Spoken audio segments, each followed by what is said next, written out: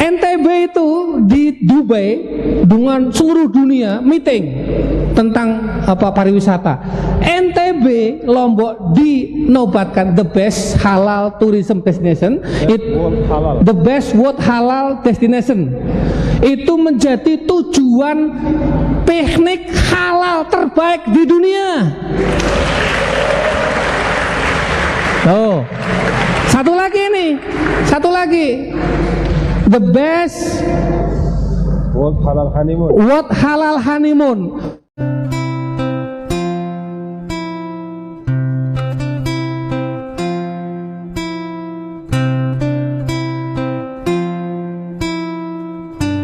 Bapak-bapak dan saudara-saudara sekalian, tugas kita ke depan, yang pertama tadi tugas yang memang kelihatannya klise ya, tapi memang inilah yang paling penting, membangun as-siqah di antara kita. Dan as-siqah ini sekali lagi adalah muara dari proses yang panjang, mulai dari iktilaf, kemudian ada imbisat, ada kemudian khulusul qalb, kemudian berujung pada siqah. Ada hubungan-hubungan yang dibangun, ada penyatuan-penyatuan visi, ada penentuan skala-skala prioritas, lalu dirembukkan bersama, dibangun jejaring, satu sama lain saling mengisi, dilandasi dengan kebesaran dan kelapangan hati, tumbuh saling percaya. Kalau proses ini butuh waktu 100 tahun, tidak apa-apa. Jangankan 100 tahun, 200 tahun pun tidak apa-apa, yang penting terwujud as-siqah itu. Tapi jangan sampai pekerjaan-pekerjaan yang agenda-agenda sementara ya, pekerjaan-pekerjaan yang sifatnya aksesoris ya, yang sifatnya hanya pelengkap ya, membuat kita melupakan agenda yang utama, yaitu membangun sinergi saling percaya di antara kita. Maka dalam kerangka inilah saya sangat menghargai ya, sahabat saya Bapak Kiai Haji Anang ini. Beliau masuk atau memulai sesuatu yang mengarah ke situ ya. Beliau menginisiasi dan kemudian berkumpul dengan Al-Gawagis ya, gus-gus ya, gus-gus yang ada, calon-calon pemimpin ya, calon-calon tokoh-tokoh umat ya. Bahkan sekarang juga sudah menjadi tokoh-tokoh umat, membangun kebersamaan.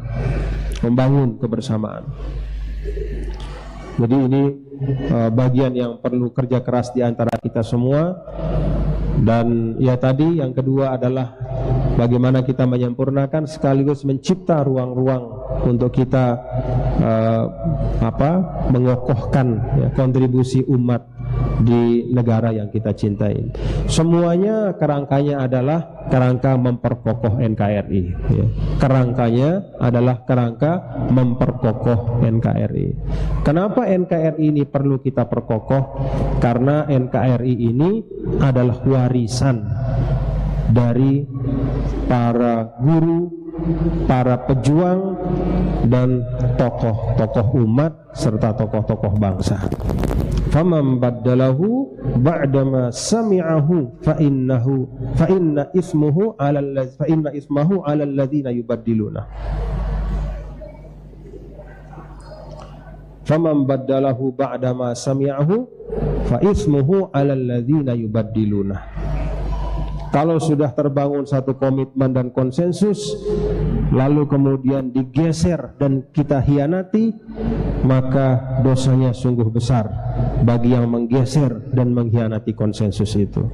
Konsensus kita adalah Negara Kesatuan Republik Indonesia. Bukan apa-apa, tapi karena kalau kita telaah apa yang disepakati oleh para tokoh bangsa, insya Allah tidak ada satupun dari kesepakatan itu yang bertentangan dengan tuntunan agama kita. Mau kita lihat di Pancasila, tidak ada yang bertentangan dengan agama kita. Lihat di pembukaan Undang-Undang Dasar juga demikian. Seluruh konsensus itu senafas dengan pesan-pesan Allah melalui baginda Rasulullah sallallahu alaihi wasallam. Wallahu a'lam bishawab. Jadi saya mohon maaf, ini yang dapat saya sampaikan. Mudah-mudahan paling tidak menjadi pengingat lah bagi kita semua bahwa kerja kita di depan itu tidak hanya kerja-kerja yang sifatnya saya bisa, tapi bagaimana kita bersama-sama bekerja. Tidak hanya sifatnya kami yang paling besar, kami yang paling mampu, tapi bagaimana seluruh ruang-ruang yang ada ini umat bergerak. Seperti kata Ibnu Sina, dalam semua posisi yang ada, yang semuanya bisa menghadirkan kemaslahatan, itu sama penting di mata Allah. Wallahu a'lam bishawab. Mohon maaf. Wassalamualaikum warahmatullahi wabarakatuh. Waalaikumsalam warahmatullahi wabarakatuh.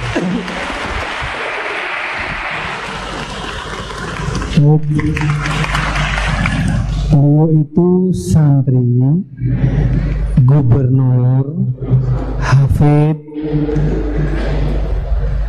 doktor tafsir Al-Quran, tapi ternyata juga sukses memimpin pemerintahan. Terbukti NTB di bawah kepemimpinan beliau tumbuh menjadi provinsi dengan pertumbuhan tercepat. Apa artinya? Salah satunya bahwa santri itu bisa. Santri itu bisa. Jadi nggak cuma ngutip Quran sama ngutip hadis sama ngutip ulama-ulama, tapi juga ternyata santri bisa kok memimpin negeri. Siapa bilang tidak?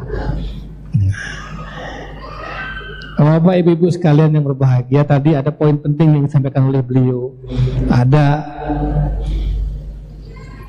peran dan kontribusi umat yang tidak lagi perlu dipertanyakan terhadap apa saja yang ada di negeri ini. Kalau kita lihat Undang-Undang Dasar itu pembukaannya, berkat rahmat Allah yang Maha Kuasa. Dengan ini kemerdekaan Indonesia. Apa artinya itu? Artinya para pendiri republik ini ngerti, sadar bahwa kemerdekaan itu adalah rahmat Allah. Ini kesadaran ketuhanannya gede banget. Jadi kalau sekarang ini ada upaya memisahkan Islam dan umat Islam dari pentas kebangsaan, ini tidak ngerti sejarah, nggak ngerti sejarah. Kenapa? Karena pendiri kita ulama dulu itu merumuskan sampai kepada Undang-Undang Dasar aja, nama Allah yang Maha Kuasa, berkat rahmat Allah yang Maha Kuasa itu masuk dan menjadi sesuatu yang menginspirasi. Ini luar biasa. Itu. Maka ndak usah ragu dengan pesantren. Pancasila itu di pesantren sudah selesai. NKRI di pesantren sudah khatam, nggak usah dibicarakan lagi. Kita sekarang bicara ke depan, bagaimana NKRI ini, Pancasila ini kita rawat, kita kembangkan menjadi baldatun thayyibatun wa rabbun ghafur. Jadi kalau mau mengokohkan negeri ini, pesantren harus terlibat di dalamnya. Pesantren harus terlibat dan dilibatkan untuk mempertahankan ideologi negeri, untuk mempertahankan Pancasila lah, kebinekaan. Bicara Bhinneka Tunggal Ika di pesantren sudah selesai.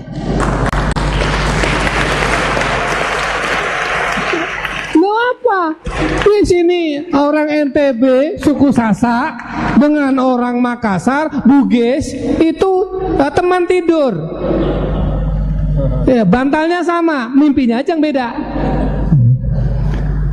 Di sini nggak ada sukuisme, nggak ada. Di sini nggak ada ras etnis, nggak ada. Sudah selesai Bhinneka itu di pesantren. Sudah selesai. Sampaikan kepada dunia, di pesantren Bhinneka selesai, Pancasila selesai, NKRI jangan tanya lagi, itu udah makanannya.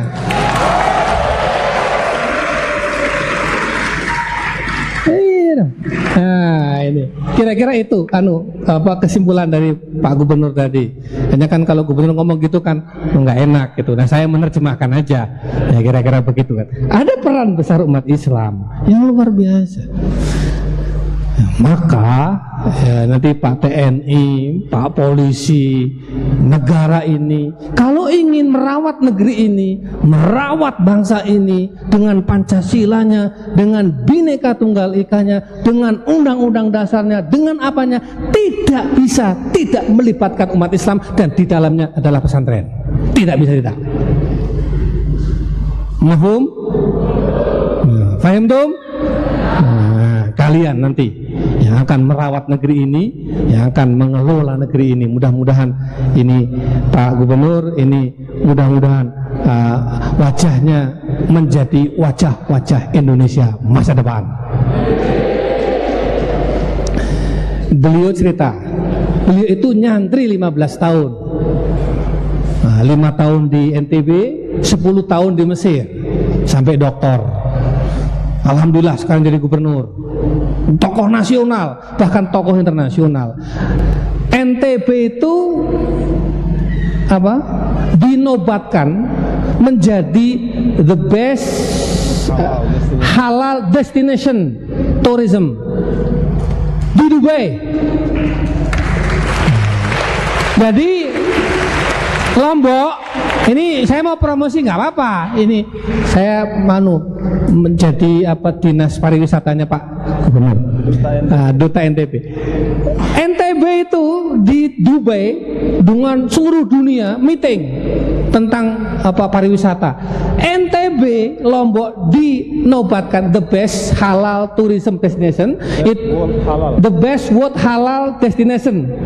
Itu menjadi tujuan piknik halal terbaik di dunia. Oh, satu lagi, the best World Halal Honeymoon. World Halal Honeymoon destination. Jadi tujuan bulan madu paling halal terbaik di dunia. Ini Gus Akom kalau mau bulan madu terbaik di dunia, tujuannya ada di Lombok. Itu kata orang sedunia di Dubai. Nah, Gus Akom kalau mau bulan madu lagi nggak apa-apa, nanti tinggal kontak Pak Gubernur di sana terbaik. Coba bayangkan, kita lagi bingung-bingung bagaimana caranya turisme masuk. NTB sudah melakukan itu, santri gitu loh. Keren nggak santri itu? Nah, jadi saya senang sekali karena ini santri gubernur santri. Kalau ngomong itu ya kayak gini, ini enak gitu. Jadi sudah kayak khutbah Jumat kan tadi beliau kan. Enak gitu. Ya mudah-mudahan kita doakan TGB melalui pencerahan-pencerahannya akan terus menyinari Republik ini.